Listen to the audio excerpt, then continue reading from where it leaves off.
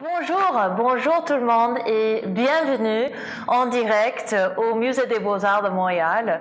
Je suis Mary-Dailey Desmarais, conservatrice en chef ici au musée. Et aujourd'hui, j'ai le plaisir d'être en compagnie de l'artiste Anne Duk Hee Jordan et de la commissaire Stefanie Hessler, qui est la commissaire invitée du 17e édition de la Biennale de l'image MOMENTA. Et Anne Duk Hee Jordan et Stefanie nous offrent aujourd'hui une conversation en anglais autour de l'exposition Intimité de l'inconnu qui est présentée ici au musée en partenariat avec MOMENTA. Hello and welcome everybody. I'm Mary-Dailey Desmarais, Chief Curator here at the Montreal Museum of Fine Arts, and I'm so happy to be with you and to be in company today of Anne Duk Hee Jordan and Stefanie Hessler. Anne Duk Hee Jordan is the artist whose work is present in our galleries here at the museum, and Stefanie Hessler is the curator who put together the wonderful 17th edition of the Momenta Biennale and who curated the exhibition Intimacy with Strangers, where we get to experience this wonderful immersive installation by Anne Duk Hee Jordan. So thank you so much for being with us. I will just give you a few more words about both of our guests today. Anne Duk Hee Jordan was born in Korea and lives and works in Berlin, Germany. Recent exhibitions include A Handful of Dust in Berlin and Into the Wild in Stuttgart. Her practice is built around entangled relations between humans and non-humans and is driven by her fascination with marine life, technology, sexuality, nutrition, and ecology that fuels these incredible installations in which organic materials and robotic creatures merge to invite us to reflect on socio-political and environmental issues. And I have to say, Duk Hee, each time I see your work, I find that it is provocative, engaging, at times funny, but also disarming in the directness with which it speaks to really pertinent issues that touch us all today.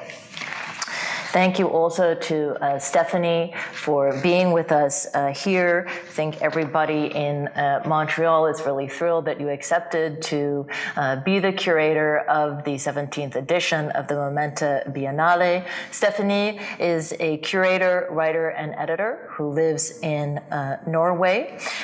Recent curatorial projects include Frida Orubabo and Jenna Sutela, No, Nesse, I hope I pronounced that correctly, I'm not sure, at Kunsthalle Trondheim, and Down to Earth with Tino Segal, among other artists, at the Berliner Festspiele, Gropiusbau in Berlin, Germany.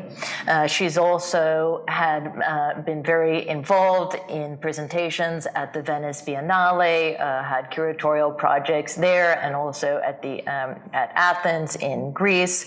Her work focuses on ecology, technology, and expanded definitions of what life actually is from an intersectional feminist perspective.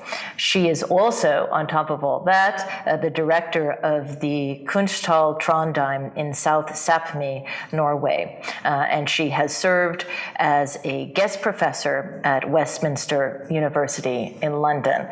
So welcome to both of you. I'm really happy to have you here with us today. Before I pass it over to you, I'll just explain to our visitors how the event will unfold. Stefanie and Duk Hee will speak to us for about 40 minutes or so, after which we will have a Q&A period. So please don't hesitate to enter your questions using the Q&A function on your screen, and we'll get to them at the end of your conversation. Thank you so much. Thank you so much, Marie, for this generous introduction. And I'm so happy to be here today with you, Duk Hee. I will say a few words about the MOMENTA Biennale first, before going into our conversation. So the 17th edition of the Biennale was curated by myself in collaboration with Camille Georgeson Usher, Mo Johnson, and Himali Singh Soin. The theme of the biennial is sensing nature, and we consider the term or the title to go two ways. So on the one hand, we have humans sensing nature, trying to make sense of nature, getting to know her, understand her, study her, and so on. And on the other hand, we have nature sensing back. So we consider nature as an active other with its own agency and its own ways of feeling, its own logic, that cannot be reduced to the kind of knowledge that we're used to as humans from, for instance, the European Enlightenment. So what this means is that the focus on sensing really offers an alternative to the cognitive, rational ways of analyzing, as well as to grassroots activism and to science. Not to say we don't need those, on the contrary, we absolutely need those, but to say that our approaches to nature should actually be more expansive and include the sensorial and feelings as well.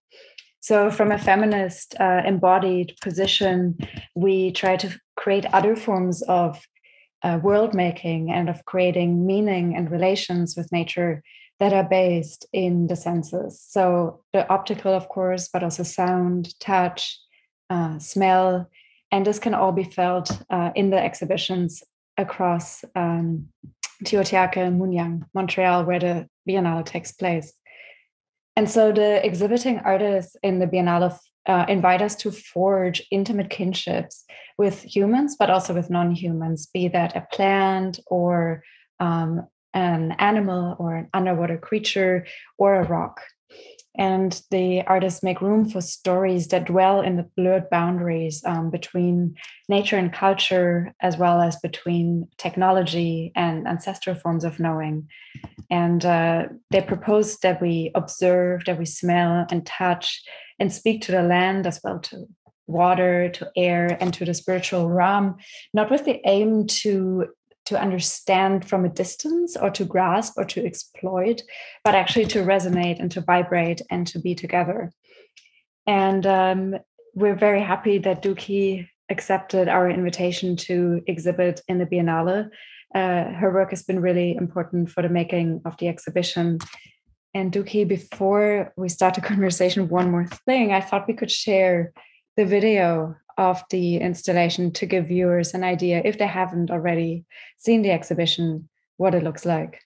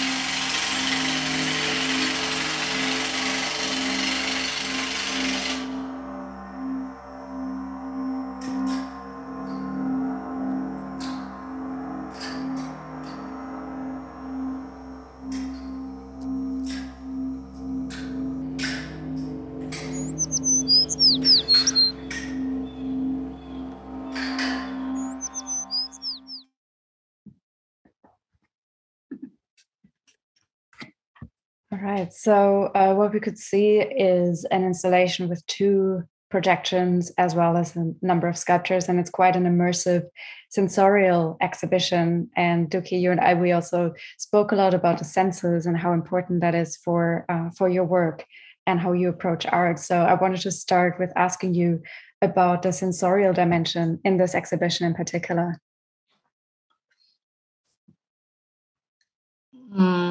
So you mean basically the senses of the clicking sounds and the blue color, the very sort of immersive. You come into the space and it really feels like you're underwater during the underwater parts of the video, and like you're immersed in this world. So it feels like there's, the visual, of course, there's sound, there's this movement of these little clams clicking. So all of the senses are activated. Yeah, that's true. It's for me, when I create these installations, I always try to understand the ecosystem within. So, and then it's important for me that the visitors or someone from outside who enters the space gets the feeling of it, or can understand maybe through hearing if this person can't understand the video. But there's many chances to grab the viewer into it by using it. And also for me, it's always like it's kind of like a fantasy play I do, and I just like love to create this fantasy game, which is basically a remake of nature. So, but also then asking myself, what is nature actually? So it's also like, made by humans most of the time. Mm-hmm, mm-hmm. And this is also very present in the exhibition, where your work, it creates these kinds of hybrids between natural and artificial, between technological, but then there's also the chemical and the biological. So all of this is somewhat entangled in your work. Yes, that's true also. I mean, it's kind of like, I think like ecology has to be always followed in circles, so there is no interruption. So is life, or so is how Earth started to exist by just like a great big coincidence. Otherwise, we wouldn't be here. And I like to have this kind of scientific part in it, but not too much. So one understands the circulation of ecology. And what I also, where I'm very interested and fascinated, is the macro world of the unseen. So I always try to make the unseen part very visible. Mm-hmm. Yeah, there are all these tiny critters in the video. So these sort of underwater creatures that are reproducing, amoeba perhaps. And the exhibition is titled Intimacy of Strangers. And when you and I discussed possible titles, this is something we came up with. Lynn Margulis is said to have coined that phrase. She was an evolutionary biologist who considered that a more valid or more likely explanation of evolutionary processes is that they're not based in competition so much as in symbiosis, or collectively emerging and evolving together. So she suggests essentially that we're intimately connected with other bodies, both, large bodies that can be humans or other animals or trees who produce the air that we breathe, of course, but also microorganisms and microbes, tiny critters. And so the exhibition is really, an ecosystem in and of itself. When I said that it feels like you're entering into this world, it feels like you are really part of an ecosystem or of this sort of intimate situation with these strangers, with all of these critters that we do not know ourselves and which we can never fully grasp or understand, but which doesn't actually matter because we can nonetheless share the space with them. And we understand and know now more than ever that we actually need all of them for planetary survival. So from the trees to the gut bacteria in our own bodies. Yeah, I guess, Lynn McGillis, she was kind of like a Darwinist. Huh? So she followed that up somehow, but then also like what you just said, the point of symbiotic spaces or like also of symbiosis, it's very important, because we cannot survive without the others. We need our bacteria inside the gut in order to function well. It's already proven that the guts are quite the most important part, which goes directly to the brain. If these bacteria don't work, it's like your body doesn't function well. Or the same with the mycelium. With the mycelium, everything starts to life and goes back to death. And so it's very important for the trees to have the mycelium network under the soil, or the worm for itself, like to make compost, no? Or also like what Donna Haraway always said, with her compost pile. And and this is very beautiful that everything which decays comes back to life. This is with humus, like one of the most important things we have. You mentioned Donna Haraway, and the video piece in the exhibition is actually titled "Staying with the Trouble," which is a direct reference to her work. Could you say a few more words about that? Yeah, so the video piece is actually, I took 2 chapters out and I made 5 chapters, so which is based on the essay of Camille, the non-binary butterfly hybrid. And I think there's the frog, and then on the other side it's like I just like have to recall, and then the microbes. And this is basically telling this chapter of Donna Haraway's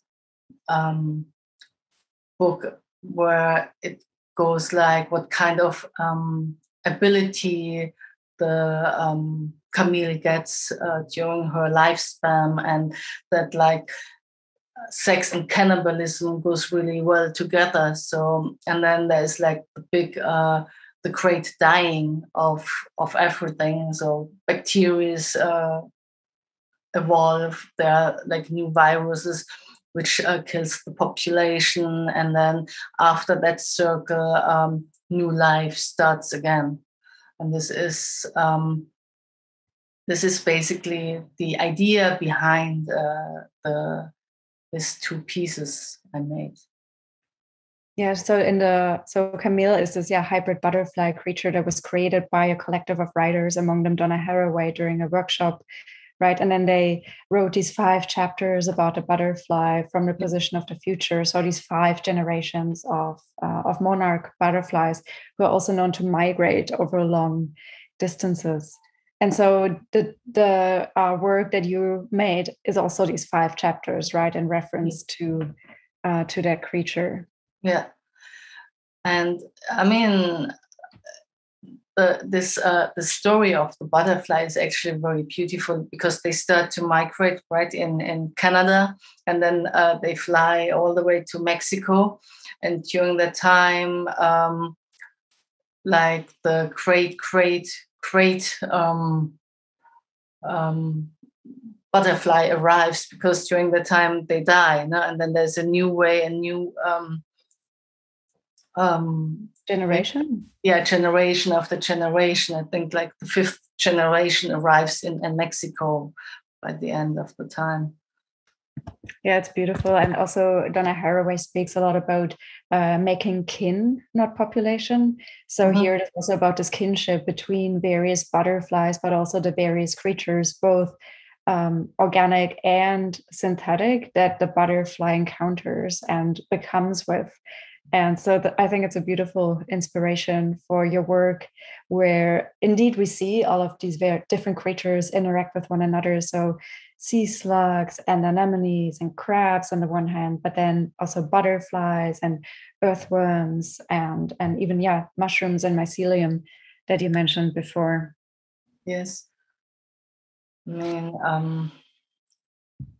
it's also, I guess, like, I mean, Donna Haraway, she wrote about that already in the 80s, right?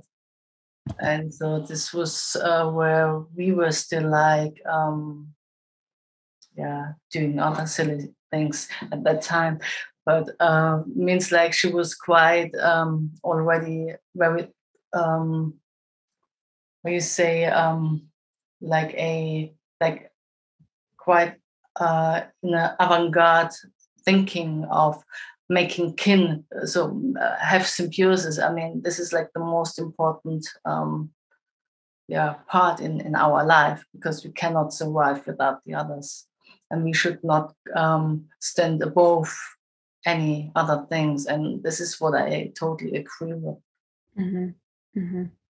She also has this concept of carrier bags and science fiction or speculative fiction, and so this kind of imaginary that she creates in her work is really important. Also, Ursula Le Guin and her, carrier bags, and the way that those two have actually sort of thought parallel and together with one another. So I'd love to hear more about the role of speculative fiction, and also because your work is set in a speculative future in a way.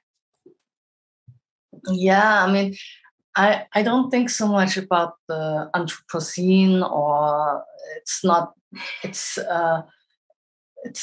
I mean, it's where we live. I mean, this is just like where we are, right? I mean, and everything is like dying at a certain point. Nothing stays forever. And but I do have this kind of like, fantasies, or this narration of like what could happen after us, So what's like, but not in the term of humans, more like in the way of the non-humans. I really like to think of how would I be when I would be a beetle or something, or how do you feel when you are warm? You don't have any limbs. You're just like a like an organism, like a resonance, like a body full of resonance. This is basically what a worm is. It has light receptors. Some worms have they have 5 hearts, and they're basically ongoing, working in order to make like the soil fertile, and then to also interact with other microbes and bacteria. And then I'm thinking, okay, what about this kind of mythologies of like, who's the Mongolian death worm, And this was like it's a myth which happened also during the Soviet times, and it was forbidden to talk about it, and it was this researcher who also like was looking for Nessie, Loch Ness. Mm-hmm. And then he went to the desert, but he couldn't find the Mongolian death worm. So it was a snake, because worms, they can't survive in sand and in a desert. And then I'm just like also like maybe I also watched too much Star Trek. So when you enter this space and they opened up this hologram, and all of a sudden it's an empty space, and then Picard stands in a jungle full of like rainforest, and he goes on holiday, but he's basically in an empty space. Mm-hmm. So, and then the Vulcania, Spock, this kind of like ability they have. I mean, this is like they all have already like this kind of superpowers, which the animals, like the sea creatures, have, like the sea slugs or the nudies or the argonaut. I mean, they have like this amazing abilities, or like the sea cucumber who puts the intestines out in order to protect themselves. So this is like something which I'm very much inspired, and also, then watching Marvel, is. And then there's Ant-Man, and these super heroes are inspired by animals, by insects who have these abilities. Mm-hmm. I like that thought that actually the most sci-fi is already here and is already among us, but we just need to learn how to notice or how to look. Yeah. And also what you said about, that there will be life after us. I think that's where this time difference is really interesting, actually, because speculative fiction, or writing a short story or creating a video work that is somewhat set in a fictional future actually helps us to speak about things happening in the present in a way where one can be more speculative and imaginary, because of course, there are very immediate problems and urgent issues that need to be addressed, right, on a social and environmental scale. And of course, the Anthropocene is also caused by some humans, the global north, more than others, whereas the effects are absorbed by, the global south and poor and racialized people way more, but and also non-humans, of course. So this notion of the future, I mean, it's also contested side somewhat, right? So whose future are we talking about? And I think this is where speculation and art also, of course, can be really useful to actually address these precise questions. Yeah, because if we talk about future or existence, we are not thinking of like how will this tree survive, or how will this ant survive. I mean, they survive anyway, but it's just like about us. So it's this kind of very self-centered focus of how do we survive. Mm-hmm.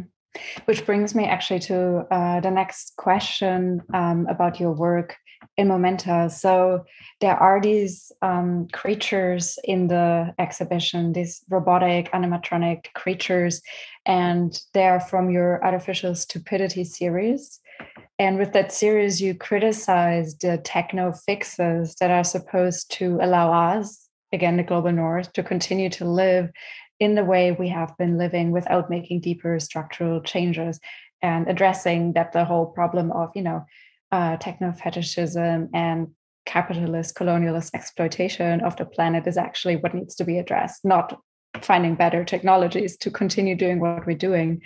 So I was wondering if you could say a bit more about that term, artificial stupidity. Yeah, I mean, they also have a right to exist, right? So if there's like artificial intelligence, there should be artificial stupidity as well. But also like it's just what we create as humans again. So we create these machines, we create, I think it happened with the fridge or the vacuum cleaner. Yeah? They are all like this artificial intelligence, and if they don't work, I mean, it's like really stupid. It doesn't work, no? And but it's also our failure how we create these things, and this is also a mirror of how stupid we are actually. And these creatures, they do have a meaning, but those I'm showing now at Momenta, they are more meaningless than others. So they're just like really, really like they do whatever they want, except the teapot. The teapot is more extravagant because the teapot symbolizes climate change. And in Asia, a steamer teapot stands for that.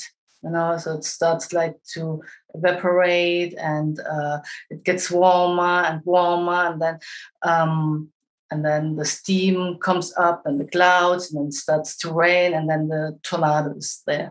And this is actually what the teapot does. So it starts very slowly to walk around, and then later on you see light, on which you see on the floor,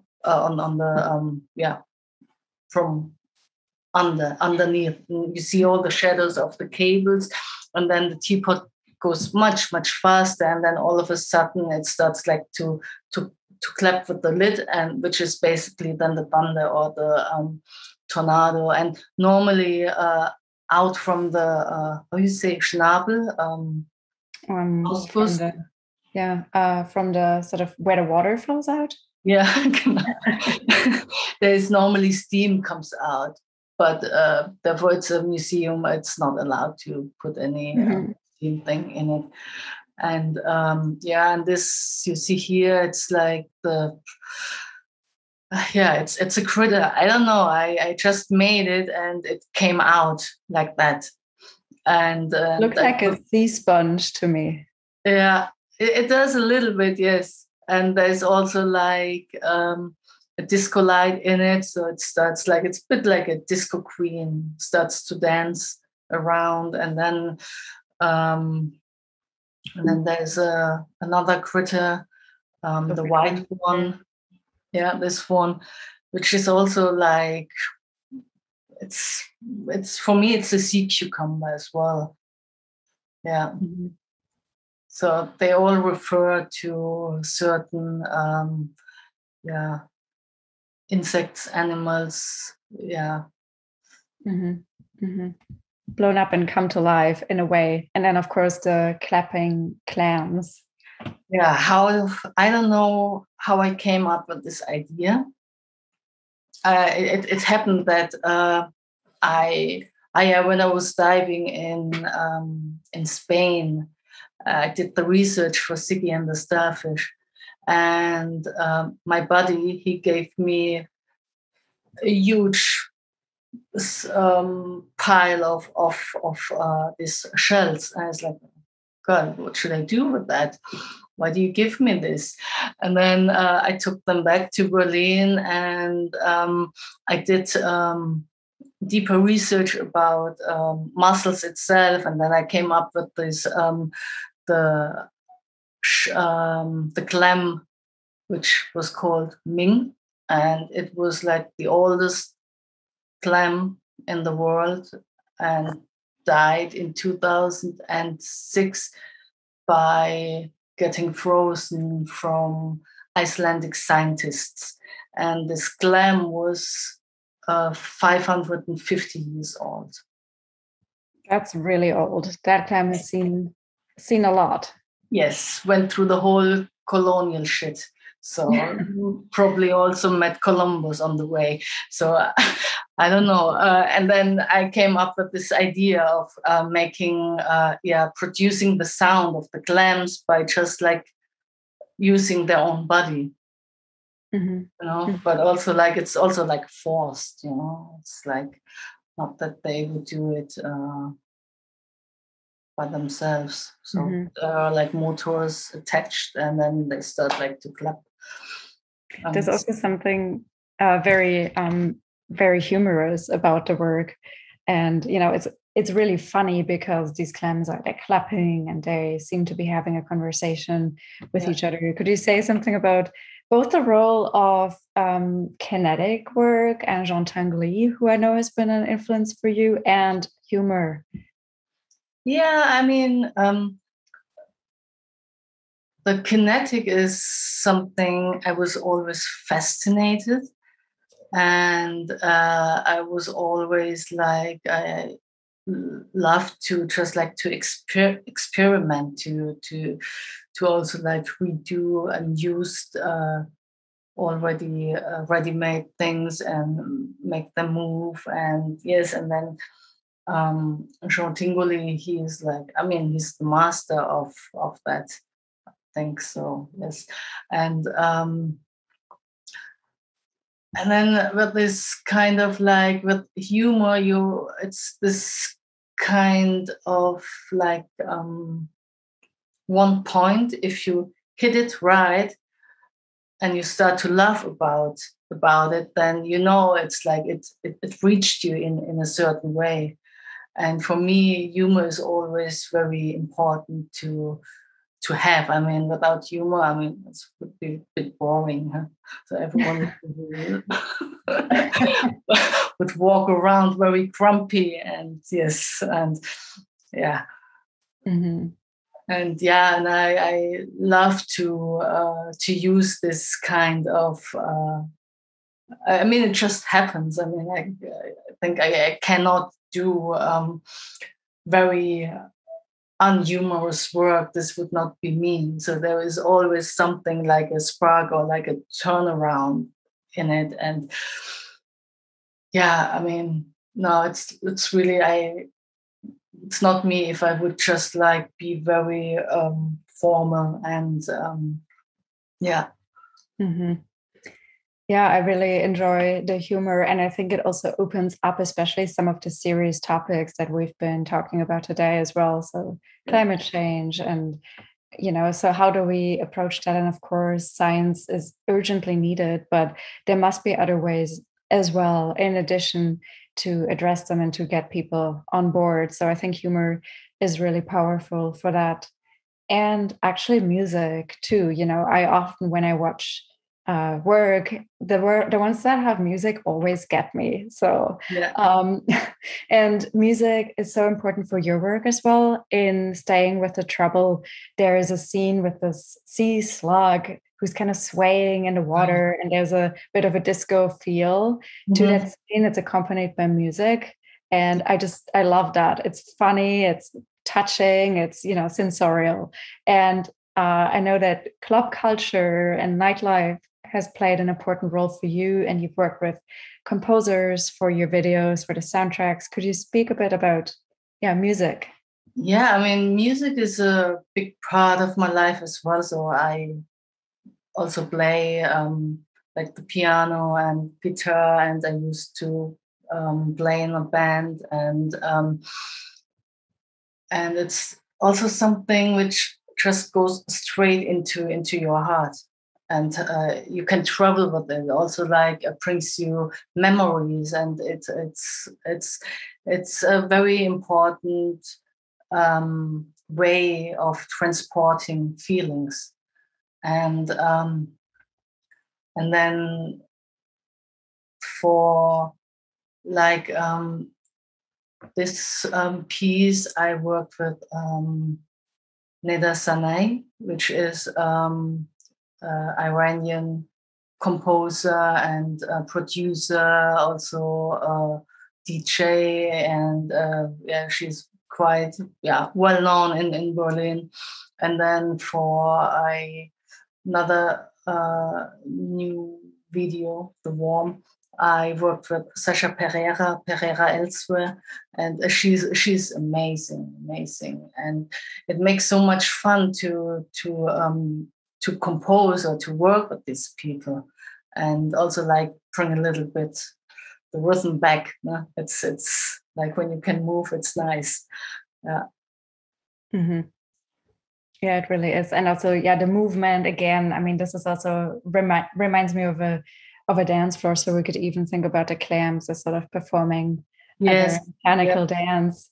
Yeah, and then I also used I used also another friend who played for me somehow the alter ego of David Bowie, and they were playing together with the clapping clams and the singing saw, and they and the cello, and they made this really, really nice performance in using the clams and the singing saw and and themselves. So it was really nice. That's beautiful.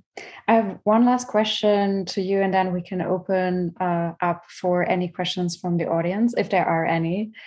You and I bonded over diving and being underwater, which, I just feel so much better underwater than on land. You know, you can't fall. I'm a bit clumsy, so water seems great. Do you have any more underwater work or diving trips planned? I'm going now to La Réunion. No. Yes. And so I'm not sure if I go diving or not, because I mean, it's like the biggest pool of tiger sharks and bull sharks. So there's a lot of surfers who died in the last year. So it's like the biggest population. And but I'm about to do it. And and I'm really looking forward to that. I also will film and shoot some more material. That's wonderful. I can't wait to see what comes out of that trip. Yeah, me too. Great. Well, thank you so much. Yeah, thank you. Thank you for inviting me. And also, Marie, thank you to the museum for inviting us, and for helping produce this beautiful exhibition. Yeah, it's great. So it's really well done. It was really a pleasure. It is a pleasure to have this work in our gallery. So huge thanks to both of you for the exhibition and also for your time today. And thank you so much for sharing your thoughts and for this great conversation. There are a couple of questions that have come from the audience. Before I turn to that, I hope I can just say, Duk Hee, please do not get eaten by a shark when you go on your diving trip, which sounds fantastic. But I wanted to ask you both, Stefanie, you just mentioned how much more comfortable you feel underwater, and you as a curator, and you, Duk Hee, as an artist, both of you have this really deep interest in the water, more specifically the ocean. Stefanie, you've published books and articles on the subject, and of course the exhibition that we have on view now quite literally submerges us underneath the water. So I'm hoping that both of you can talk a little bit about what the origins of this interest in the ocean is for both of you. You can decide who goes first. You start. All right. Well, I do not know. I just really like water, and I don't know if it is because it contains your body in a way. It is so much denser than air, so I felt kind of held. I love all the creatures, and especially, I love seeing a good shark, but I also really like all of the small corals and nudie branches, little slugs, tiny fish, all of these. It feels like a whole world that is there, and we know so little about it still. At the same time, I'm worried that the more we learn about it, the more it is there for human exploitation, which I've also, dealt with in some of my other work. But I think, it's a bit complicated, right? Because I feel that representations or showing those worlds are really important if we want to protect them. And yes, what happens if you make something visible? It can be exploited.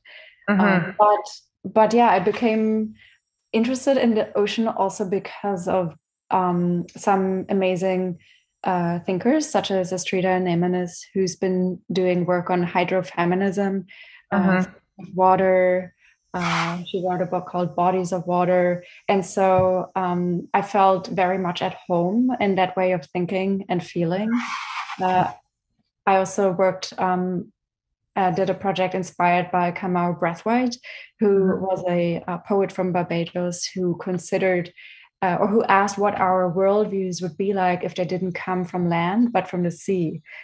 And I thought that that's really fruitful to account for the changes and fluidity and flux that that we're undergoing at any moment, but also it seemed so much more pertinent to me to think from and through and with water than land. So I guess I just feel like physically and also philosophically very much at home in water. It's fascinating, this tension between bringing something to light and making it simultaneously vulnerable to exploitation because you generate more interest. Thank you for sharing that. And what about for you, Duk Hee? Yeah, it's similar what Stefanie just said. And I guess also when you feel your body underwater, it's the only way how your body becomes actually three-dimensional, which I think it's really, really amazing. Because if you're on air, on land, you just like you're a two-dimensional thing. But underneath, you have the pressure on your organs. Everything is so different. And on the other hand, you're weightless as well, which is very amazing. And then, of course, I'm not so interested into sharks, actually. I'm also very fascinated by nudies. They are like my favorite at all. And flatworms, they're like the punks. They are like the queers in the sea. And they are like, there's also like this one nudie who is decapitating their heads all the time, and then it grows back. It's really amazing, These things you just have to like imagine you could do that, huh? It's like yeah, so it's really it's great. But I don't know, but my Korean name Duk Hee actually means the goddess of the sea, but I don't know if this means anything. That I'm so fascinated by the ocean. Fascinating. I'm a Pisces, so. Okay. Yeah. That's meant to be. Both of you. I'll turn to another question. Here we can feel your interest, Duk Hee, in nature through the fantasy of creating new entities. But don't these translate at the same time a fear of what nature is becoming? I mean, the question is, what is nature? I mean, do we experience nature as we go in the forest here, or if we go into climb up the mountains or go diving in the sea? I mean, it's also like I think there is not so much nature anymore. Or like the real nature. Well, what's the real nature of nature? So. And so I'm not afraid because I'm seeing it in front of my eyes. Essentially, it's become a reality, a sort of fluid boundary as to what nature is or isn't. I guess you could say that kinetic bodies could be, quote unquote, natural, right? In a way. I don't know. I also have another question here. I think you answered it about the artificial stupidity and what artificial stupidity means to you. Maybe you could just say a little bit more about that, although you touched on it during our discussion. To say more about the artificial stupidity sculptures.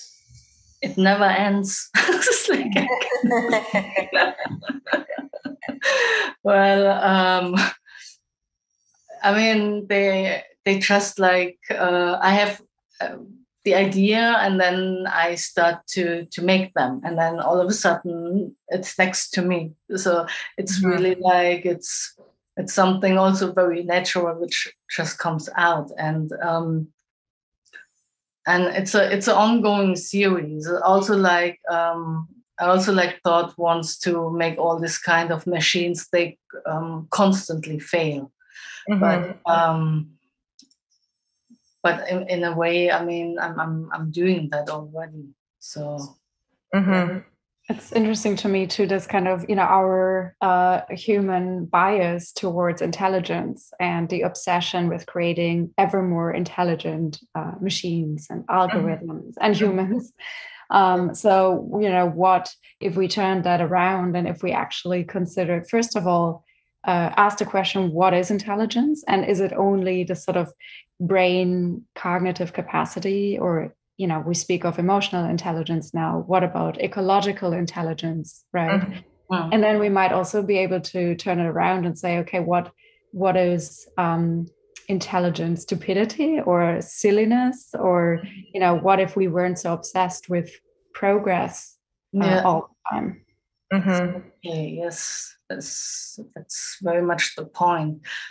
Also, I have to say that these machines, you believe it or not, but they do have a soul. They do have like every machine, they do something really, really weird. It's like, and they learn by the more they are alive, the more they learn, which is for me always really like fascinating to see that.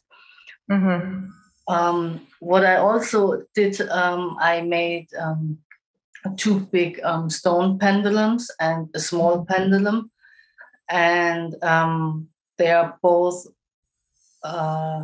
kinetic, but they have motor. So you have a button which you have to press, and then it starts to swing.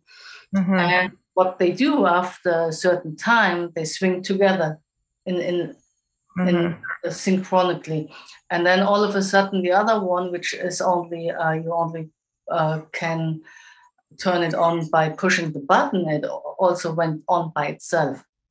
This is also what happens. It's like, how is that possible, Perhaps just as a last question, I would ask about the role of activism in both your practices. Let me be more precise. Stefanie, in your curatorial practice and publications, your work brings to the fore very pressing concerns like ecology, environment, etc., as does your artistic practice, Duk Hee. So I'm wondering if you consider your respective practices as being activist or not. I don't consider, I think there are amazing activists out there who do incredible work. I do not think that my work is activist, but I do hope that it can support these causes in a way, by contributing artistic perspectives, curatorial, theoretical perspectives, and also visibility to these issues. But I think it would be actually disrespectful, I think, to all the people who are on the ground and who are doing really important work to say that this is what we do. I think we work in parallel and towards some of the same goals, but through different methods. Thank you. Duk Hee?